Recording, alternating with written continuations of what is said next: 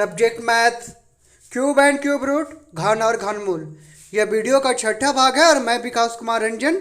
मेरे विद्यालय का नाम बंगला कन्या मध्य विद्यालय सारम गोमिया है। और बच्चों, यह वीडियो का छठा भाग है और इस वीडियो में आप जान पाएंगे ऋणात्मक पूर्ण घन संख्या का घनमूल, प्रश्नावली 3.3 का हल। और इसके पहले का जो वीडियो है 5वें वीडियो में, तो बच्चों उस वीडियो में आप जानेंगे प्रश्नावली 3.2 के प्रश्न संख्या 3 से 6 तक के प्रश्न के हल को। और जो यह वीडियो नहीं देखे होंगे उसका लिंक मैं YouTube के डिस्क्रिप्शन में डाल दूंगा बच्चों, आप जाके वहां से देख सकते हैं। और आइए हम शुरू करते हैं। प्रश्नावली 3.3 प्रश्न संख्या 1, अभाज्य गुणनखंड विधि द्वारा निम्नलिखित संख्याओं का घनमूल ज्ञात कीजिए। तो इसमें सबसे पहला प्रश्न है प्रश्न संख्या 125। इसमें करीब 6 प्रश्न हैं। और तो मैं आप लोग के अभ्यास के लिए पहला प्रश्न और ये तीसरा प्रश्न और 5वां प्रश्न बना दूंगा और बाकी बात अभ्यास के लिए आप खुद से बनाएंगे। तो आइए मैं समझाता हूँ कि आप किस तरह से अभ्यास करेंगे। तो कुछ प्रश्नों का हल मैं करके दिखाता हूँ आप सभी को। पहला प्रश्न है, अभाज्य गुणनखंड विधि द्वारा निम्नलिखित संख्याओं का घनमूल ज्ञात कीजिए। तो इसमें सबसे पहले प्रश्न है 125। तो आप यहाँ देख सकते हैं कि कितनी सरल तरीके से ये बना हुआ है। मैंने 125 का अभाज्य गुणनखंड किया। अब ये 5 से कटा तो 25, फिर 5 से कटा तो 25 और फिर 5 से कटा तो 1। तो अब हम लिखेंगे कि 125 का अभाज्य गुणनखंड करने पर घन चढ़ा देंगे 125। तो ये 3 जोड़ा में है तो लिखेंगे यहाँ 5 का त्रिक मिला, अतः 125 का घनमूल होगा। तो कितना? 5। अब आइए आगे के प्रश्न को देखते हैं। दूसरा प्रश्न आप अभ्यास के तौर पे बनाएंगे।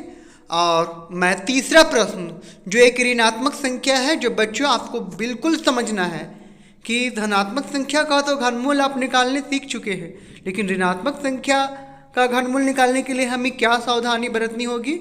तो आइए व्हाइट बोर्ड की ओर चलते हैं और ध्यान से देखते हैं किस तरह से इसका हल किया गया है। प्रश्न में दी गई संख्या ऋणात्मक संख्या है, लेकिन सबसे पहले हम 1331 का अभाज्य गुणनखंड करेंगे। तो ये 11 से जाएगा, अतः हम लिख सकते हैं कि 11 गुना 11 गुना 11 बराबर 11। लेकिन हमें 1331 का घनमूल नहीं निकालना है, हमें -1331 का घनमूल निकालना है। तो हमें सबसे पहले इस तरह से लिखना होगा कि नीचे देखिए -1 गुना -1 गुना -1 गुना 11 गुना 11 गुना 11। अब यहाँ 1 का त्रिक है और 11 का त्रिक है, तो ये इसका -1 का -1 निकलेगा और यहाँ पर 11। अब आपके मन में प्रश्न उठता होगा कि -1 कैसे हो गया। तो हम 1 को कितनी भी बार गुना करें तो वो 1 ही होगा।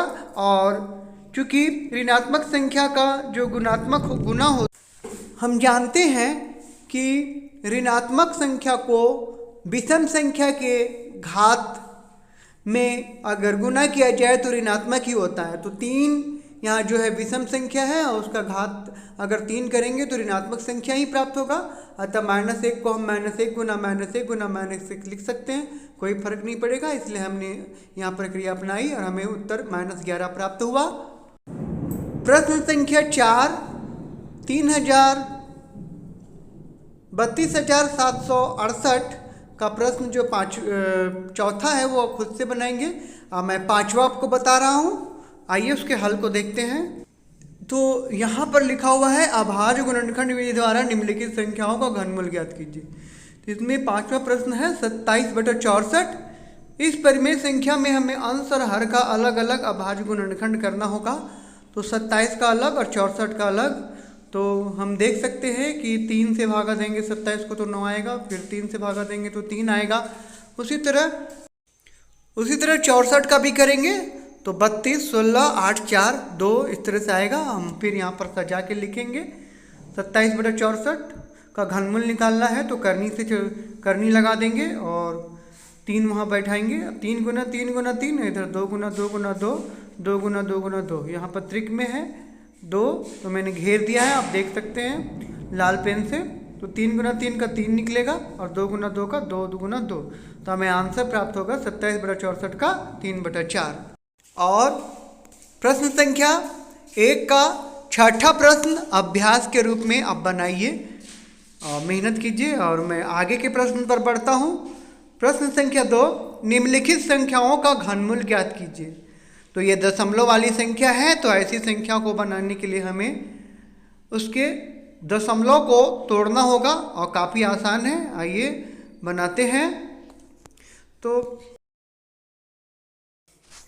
प्रश्न संख्या 2, निम्नलिखित संख्याओं का घनमूल निकालिए। और हमारे पास प्रश्न है 0.001728। प्रश्न से दी गई संख्या का घनमूल निकालने के लिए सर्वप्रथम हमें इसे परिमेय संख्या के रूप में बदलना होगा।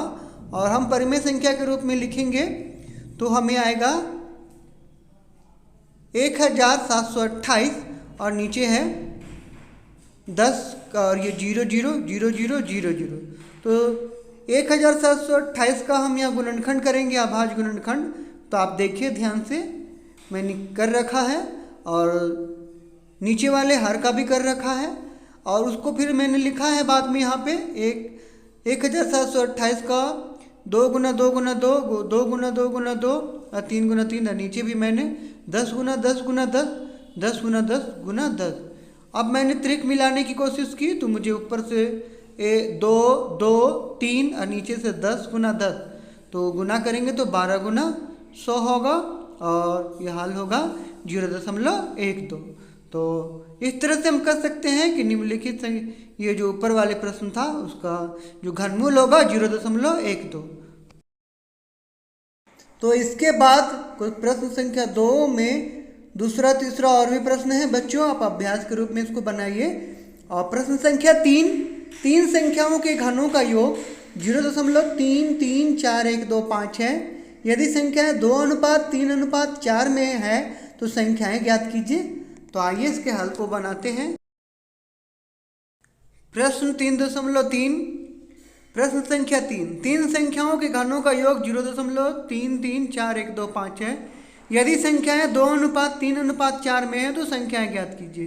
तो हम लिखेंगे माना वह संख्या 2x, 3x और 4x है। प्रश्न से तीनों संख्याओं के घनों का योग 0.334125 है।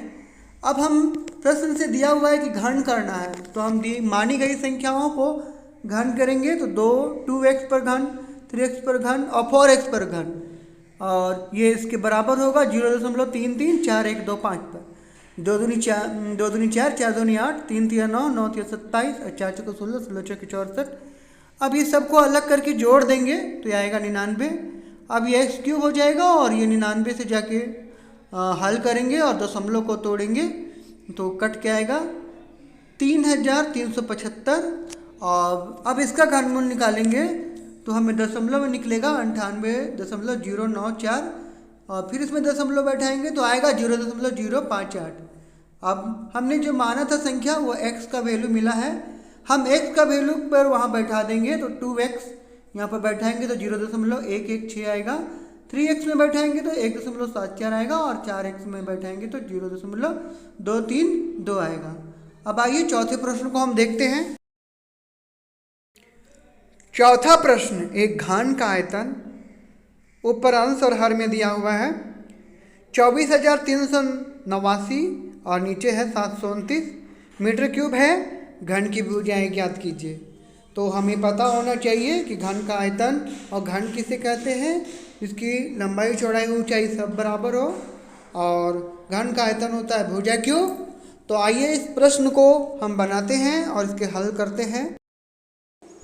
एक घन, तो घन का आयतन जो प्रश्न है तो हम हल करेंगे। माना घन की एक भुजा x, घन की प्रत्येक भुजा आपस में बराबर होती है, तब आयतन बराबर भुजा क्यूब।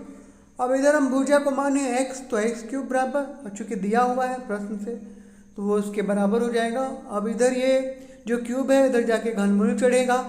अब ये इसका जब अब अभाज्य गुणनखंड करेंगे तो ये 29 से कटेगा और 29 गुना 29 गुना 29 और नीचे लिखेंगे 9 गुना 9 गुना 9, तो यह 29 का निकलेगा और 9 का निकलेगा, तो लिखेंगे अतः घन की भुजा होगी 29/9 और लंबाई चौड़ाई ऊंचाई हो जाएगी 29/9 29/9 और 29/9। आइए अब हम अंतिम प्रश्न की ओर बढ़ते हैं, 5वें प्रश्न की ओर। 5वां प्रश्न, 32,768 का घनमूल ज्ञात कीजिए और इसका उपयोग करके जो दी गई है 2 बार जोड़ना है, एक बार 0.3 अंक के बाद है और एक बार 1 2 3 4 5 6 7 अंक के बाद है, का मान निकालिए। तो 5वां हल का अभाज्य गुणनखंड विधि द्वारा घनमूल निकालेंगे हम। तो सबसे पहले 32,768 का घनमूल निकालेंगे, तो मैंने यहाँ अभाज्य गुणनखंड कर रखा है, आप आराम से वीडियो को रोक के समझिए इसको गुणनखंड को। तो हम एक गुणनखंड के रूप में मिलेगा यहाँ 1 2 3 4 और 5, मतलब 5 का त्रिक मिला है 2 का, और इधर तो 5 का त्रिक, तो इधर हम निकालेंगे तो 2 को 5 बार गुना करेंगे तो 32। चूँकि अब हम जो निकालना है दशमलव में, ये जो निकालना है इसकी सहायता से घनमूल जो निकालना है वो दशमलव में है और उसकी सहायता से निकालना है। तो सबसे पहले ये जो दशमलव वाली संख्या है इसको हम परिमेय संख्या के रूप में बदल देंगे, तो परिमेय संख्या नीचे आ जाएगा और नीचे भी परिमेय संख्या, और ऊपर में जो संख्या है वो अंश में बदल जाएगा। अब ऊपर में जो है हमें पता है कि 32,768 का घनमूल 32 है और इधर भी 32 है, नीचे हो जाएगा 10 और नीचे भी हो जाएगा 100। अब हम 32 को दशमलव में बदलेंगे तो 3.2 आएगा और इधर जो बदलेंगे तो 0.32 आएगा। अब हम इसे जोड़ देंगे तो आएगा 3.52। तो आशा होगी बच्चों कि आपको समझ में आया होगा ये प्रश्नावली 3.2 और पूरा का पूरा चैप्टर मेरे द्वारा बनाया गया वीडियो घन और घनमूल आपको ज़रूर समझ में आया होगा, बहुत मज़ा आया होगा। और तो आप फिर से वीडियो को देखिए, जो समझ में नहीं आ रहा फिर से समझिए, और मैं फिर मिलूँगा अगले टॉपिक के साथ। तब तक से आप प्रश्नावली 3.1 3.2 3.3 को बनाते रहिए और खूब अच्छा नंबर लाइए एग्जाम में। शुक्रिया, वीडियो आप देखते रहिए, धन्यवाद।